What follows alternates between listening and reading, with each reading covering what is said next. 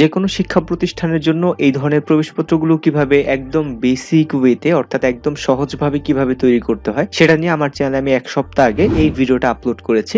ডেসক্রিপশনে লিংকটা দেওয়া আছে। তো ওই ভিডিওটাতে আমি টেক্সট বক্স ব্যবহার করে একদম সহজ উপায়ে শিখেছি কিভাবে যে কোনো কিছু তৈরি করতে পারে। যদিও আমার উদাহরণটা ছিল কিভাবে সিট প্ল্যান এবং প্রবেশপত্র তৈরি করতে হয়, কিন্তু আপনি আপনার প্রতিষ্ঠানের জন্য যে কোনো কিছু তৈরি করতে পারবেন ওই টেক্সট বক্স ব্যবহার করে। তো আজকের এই টিউটোরিয়ালে কিভাবে প্রফেশনাল ওয়েতে অর্থাৎ মাইক্রোসফট ওয়ার্ডের অ্যাডভান্স ওয়েগুলো, অ্যাডভান্স টুলগুলো বা ফিচারগুলো ব্যবহার করে কিভাবে এই ধরনের প্রবেশপত্রগুলো তৈরি করতে হয় এই জিনিসটা আমি দেখাবো। যদিও আমি এক্সাম্পলটা দিচ্ছি প্রবেশপত্রের, আপনি যদি আজকের এই টিউটোরিয়ালটা দেখেন তাহলে মাইক্রোসফট ওয়ার্ডের অনেকগুলো অ্যাডভান্স টুলের ব্যবহার শিখবেন, যেটা আপনার মাইক্রোসফট ওয়ার্ডের স্কিলটাকে অনেক ডেভেলপ করবে এবং আপনি প্রবেশপত্র ছাড়াও অন্যান্য বিষয়ে কাজ করতে গেলে আপনি অনেক হেল্প পাবেন। তাই আমি রিকোয়েস্ট করবো এই ভিডিওটা একটু দেখে আসেন, ডেসক্রিপশনে আমি লিংক দিয়ে দিয়েছি, তারপরে এই ভিডিওটা দেখেন। তো দুইটার সমন্বয়ে আপনি একটা ভালো একটা স্কিল বা একটা জ্ঞান অর্জন করতে পারবেন মাইক্রোসফট ওয়ার্ড সম্পর্কে। এই ডকুমেন্টার লিংকটা ডেসক্রিপশনে দেওয়া আছে, আপনি চাইলে এডিট করে আপনার প্রতিষ্ঠানের জন্য ব্যবহার করতে পারেন, কষ্ট করে আপনাকে বানাতে হবে না। এই ধরনের কাজগুলো করার জন্য প্রথমে আমাদেরকে পেজ সেটআপ করতে হবে। পেজ সেটআপটা খুবই গুরুত্বপূর্ণ। তো প্রথমে আমি একটা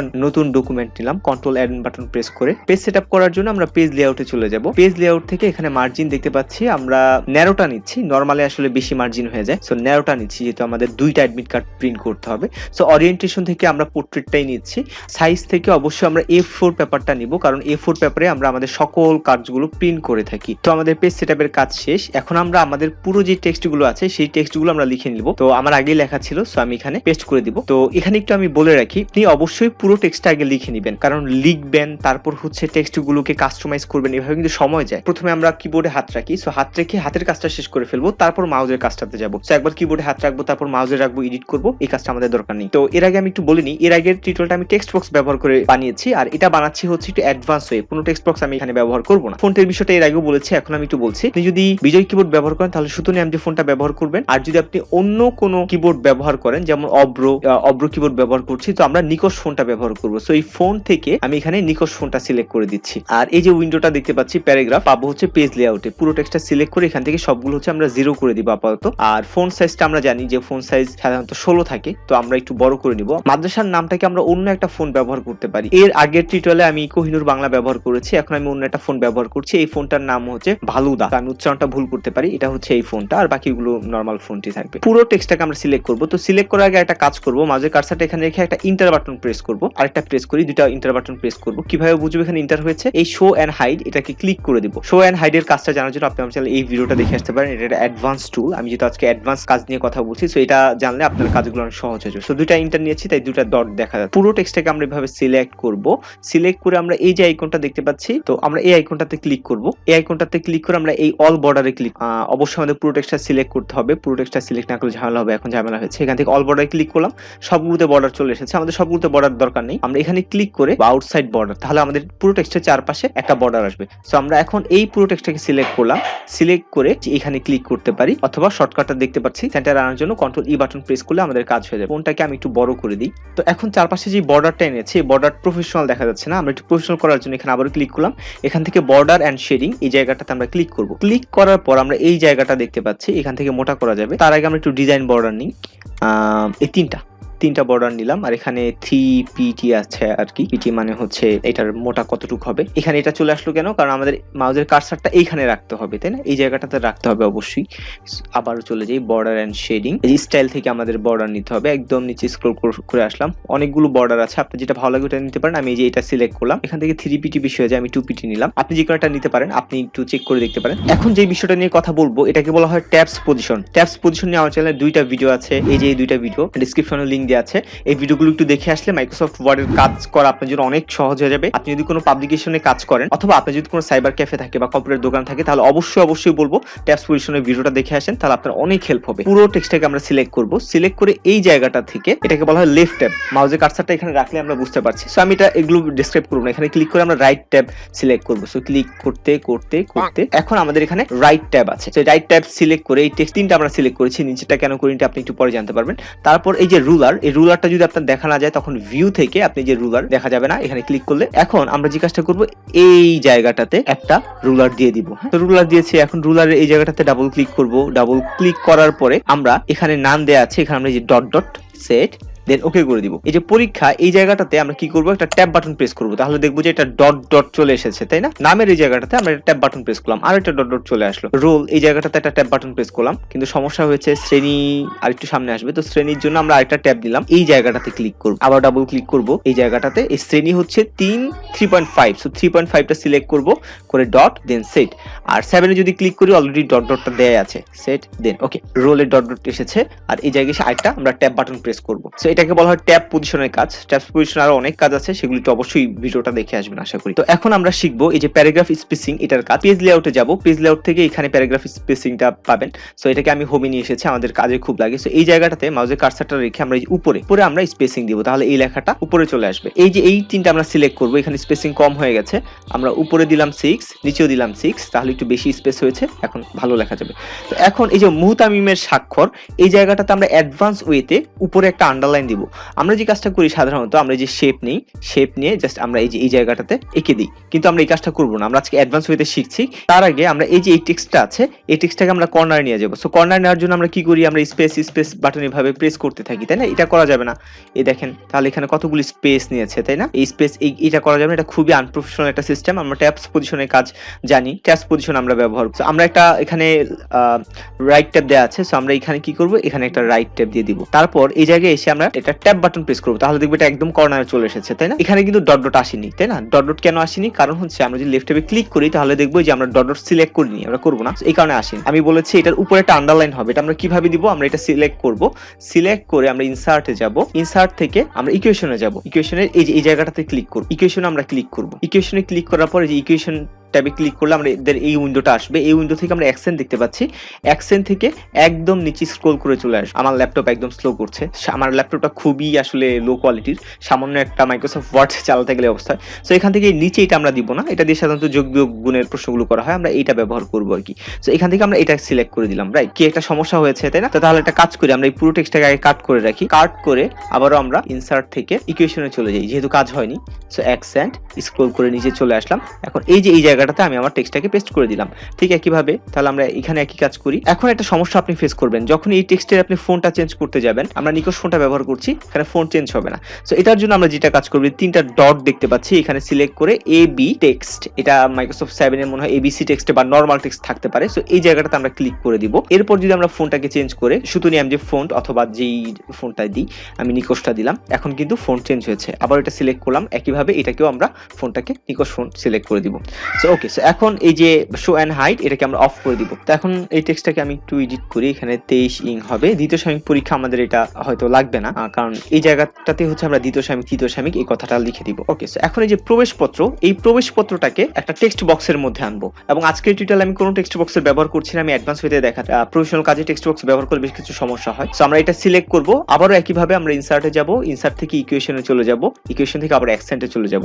এরপর এখানে একটা আমরা টেক্সট বক্স দেখতে পাচ্ছি, এই যে টেক্সট বক্সে আমরা ক্লিক করলাম, তাহলে এই প্রবেশপত্রটা টেক্সট বক্সের আন্ডারে চলে গেল, ভিতরে চলে গেল। আবার ওই 3 ডটে ক্লিক করব, এবি টেক্সট বা এবিসি টেক্সট বা নরমাল টেক্সট যেটাই হোক থাকুক আপনার কাছে, সেখানে ক্লিক করব। সো ক্লিক করার পর এই টেক্সট বক্সের ভিতরের কালারটাকে আমরা চেঞ্জ করব, তাই 3 ডটে আমি ক্লিক করলাম, করে টেক্সট বক্সটা সিলেক্ট করলাম, হোমে চলে গেলাম। এখান থেকে আমি এই জায়গা থেকে একটা টেক্সট বক্স একটা কালার দিয়ে দিই। আর আরেকটা কথা বলে নিই, আজকে আমরা যেই প্রবেশপত্র ডিজাইন বা অ্যাডমিট কার্ড ডিজাইনের বিষয়টা শিখছি, এটা এপিট ওপিট থাকবে, অর্থাৎ এই পিঠে আমাদের যে কথাটা থাকবে সেই পিঠে আমাদের প্রবেশপত্র থাকবে, এবং পেজের অপর পিঠে আমাদের এই সতর্কমূলক যে কথাগুলো থাকে পরীক্ষার্থীদের জন্য, এই কথাগুলো থাকবে। সো এই জিনিসটা আমরা অবশ্যই দেখব। এখানে প্রিন্টিং এর একটা সেটআপের কাজ আছে, সো সেই জিনিসটা দেখার জন্য পুরো ভিডিওটা একটু কষ্ট করে দেখেন, আপনার অনেক হেল্প হবে। এখন পুরোটা আমরা সিলেক্ট করব, মাউসের রাইট বাটন ক্লিক করে কপি করব। এই যে এই জায়গায় মাউসের কার্সারটা রেখে, আমরা আগে ইন্টার নিয়েছিলাম তাই না, তাই মাউসের কার্সারটা এখন এখানে আসছে, না হলে এটা ঝামেলা হতো। সো মাউসের কার্সারটা এখানে রেখে, আমার ল্যাপটপের এত বাজে অবস্থা যে পেস্ট করতে গেলেও হ্যাং করে। ওকে, এখন আমি এখানে এটাকে পেস্ট করে দিলাম। এখন এই জায়গায় মাউসের কার্সারটা রেখে আমরা স্পেস দিব, যেহেতু আমরা প্রফেশনালি কাজ শিখছি তাই আমরা প্রফেশনালি স্পেসিংটা দিব। তো আমরা এই জায়গা থেকে স্পেসিংটা দিব, তাই না? প্যারাগ্রাফ স্পেসিং থেকে স্পেসিংটা দিব, এখানে একটু আমরা বেশি স্পেসিং দিব। এরপর আমরা এর পরের পেজে চলে এসে যে টেক্সটটা আছে আমাদের আগের যে ডকুমেন্টের টেক্সট, এটা আমি আর ঝামেলা করব না, আমি এটাকে কপি করলাম, পুরোটাকে কপি করে এখানে নিয়ে আসলাম। আপনি একটু লিখে নেন আপনার প্রতিষ্ঠানে কোন টেক্সটটা লাগবে, সেটা অবশ্যই আপনি ভালো জানবেন। তো যাই হোক, আমি ধরে নিচ্ছি পুরো টেক্সটটা আপনি লিখেছেন। তো লেখার পর আমরা কন্ট্রোল জে দিব,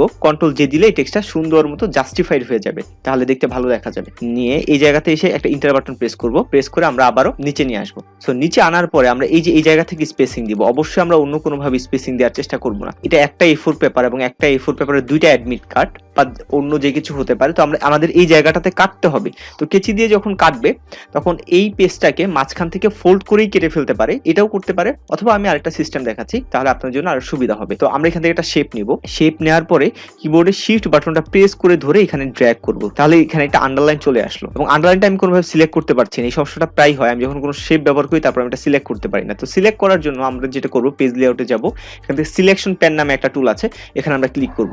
সো ক্লিক করলেই দেখেন এটা সিলেক্ট হয়ে গেছে। তো সিলেক্ট হওয়ার পরে আমরা কিবোর্ডে যে অ্যারো বাটনগুলো আছে এটা দিয়ে আমরা এখানে অ্যালাইন করব। এই যে লাইনটা আছে, লাইনটা আমার কাছে একটু চিকন মনে হচ্ছে, সো আমরা ওয়েটে যাব, ওয়েট থেকে আমি একটু মোটা করে দিলাম।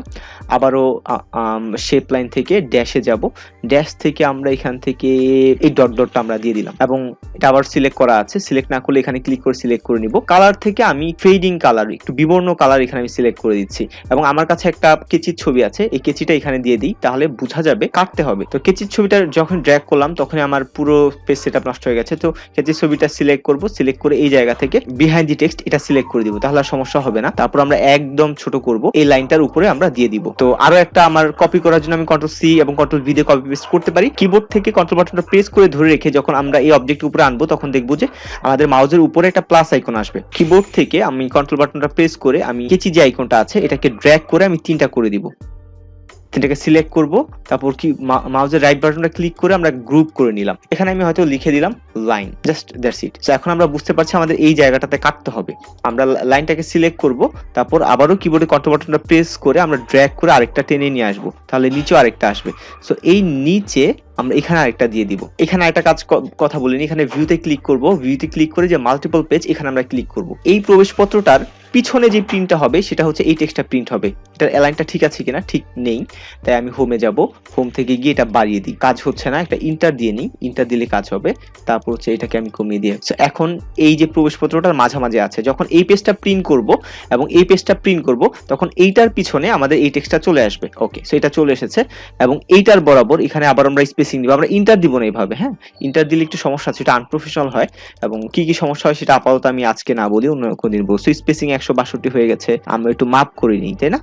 আমরা হ্যাঁ এবার মোটামুটি মাঝখানে এসেছে এবং এই যে এইটার বরাবর আমরা দিয়ে দিব। সো এই যে আমাদের যে প্রবেশপত্র এটার পিছনে আপনার যদি লোগো থাকে, তাহলে আমার যেমন একটা লোগো আছে, ছেড়ে দেওয়ার পর দেখবেন কি বিভৎস অবস্থা। যাই হোক, এটাকে সিলেক্ট করব, সিলেক্ট করে চুম্বকের মতো আইকনটাতে ক্লিক করে আমরা বিহাইন্ড দ্য টেক্সট অথবা ইন ফ্রন্ট অফ টেক্সট আমরা এই যে কোনো একটার উপর সিলেক্ট করে দিব। মাঝখানে আমি বড় করে সাইজ মতো এইভাবে এখানে রাখলাম। সো এখানে পিকচারের জায়গায় আমি লিখে দেই লোগো। এই ছবিটাকে সিলেক্ট করে মাউসের রাইট বাটন ক্লিক করে ফরম্যাট পিকচার আমরা ক্লিক করব, তাহলে এই উইন্ডোটা চালু হবে। এখান থেকে যে পিকচার আইকনটা দেখছে এখানে ক্লিক করব, দেন পিকচার অপাসিটি, এখান থেকে আমরা অপাসিটিটা কমিয়ে দিব, তাহলে দেখতে অনেক প্রফেশনাল দেখা যাবে, মনে হবে যে টেক্সটগুলোর পিছনে চলে গেছে, তাই না? কিবোর্ডে কন্ট্রোল বাটনটা প্রেস করে এটাকে ডুপ্লিকেট করব। তো এটা ছিল আমাদের প্রবেশপত্র বা যে কোনো ধরনের কিছু ডিজাইন করার, প্রবেশপত্র হোক, নিমন্ত্রণ পত্র হোক, যে কোনো কিছু ডিজাইন করার একটা প্রফেশনাল পদ্ধতি। তো আমি এই জিনিসটা আপনাকে প্রিন্ট করে দেখাতাম, আমি আমার প্রিন্টারে অনেক চেষ্টা করেছি কিন্তু আমার প্রিন্টারটা আসলে আবার নষ্ট হয়ে গেছে আর এখন একদম টাকা পয়সা নেই, সো প্রিন্টার ঠিক করা তো অসম্ভব। তো আমি চেয়েছিলাম যে অনেক চেষ্টা করেছি যে এইটা বানানোর পরে একদম প্রিন্ট করে আপনাদেরকে দেখাবো যে প্রিন্ট করলে এপিটোপিট কিভাবে আসে, সেটা পারিনি। তো এটার জন্য আমার একটু খারাপ লাগছে, তাই আর কি করার, আমি কম্পিউটারে কন্ট্রোল+P দিয়ে এইভাবে প্রিন্ট করে আপনি দেখেন। এটা ছিল আজকে টিউটোরিয়াল। আর যদি কোনো সমস্যা হয় অবশ্যই আপনি আমাকে কমেন্ট করে জানাবেন। আর আরেকটা বিষয়, এখন আমার চ্যানেলটা নতুন, সো নতুন যখন কেউ আমাকে কমেন্ট করে তখন কিন্তু খুবই ভালো লাগে। একটা সময় যখন চ্যানেল অনেক বড় হয়ে যাবে তখন আমি হয়তো এত কমেন্ট পড়ার সময় পাবো না, রিপ্লাই দেওয়ার সময় পাবো না। তো এই ভিডিওগুলো যদি আপনার ভালো লাগে বা আপনার যদি উপকার হয়ে থাকে, উপকার না হলে দরকার নেই, সো উপকার যদি হয়ে থাকে তাহলে প্লিজ আপনি একটা কমেন্ট করিয়েন, আমার খুবই ভালো লাগে। প্রত্যেকটা দিন আমি কয়েকবার আমার চ্যানেলে যাই, গিয়ে আমি কমেন্ট চেক করার জন্য যাই, কিন্তু কমেন্ট যখন আসে না তখন একটু হতাশ লাগে এবং যখন কমেন্ট আসে আমার খুবই ভালো লাগে। আমাকে একটা TNS থ্যাঙ্কস এইভাবে থ্যাঙ্কস দিলে আমি বড় করে একটা রিপ্লাই দিই, কারণ আমার কমেন্টগুলো পড়তে ভালো লাগে, যেহেতু আমার চ্যানেলটা খুবই ছোট তাই আমি এখন কমেন্টগুলো দেখি। একটা সময় বড় হলে তখন হয়তো আগ্রহ থাকবে না, কিন্তু এখন খুবই ভালো লাগে আর কি আপনাদের কমেন্টগুলো পড়তে।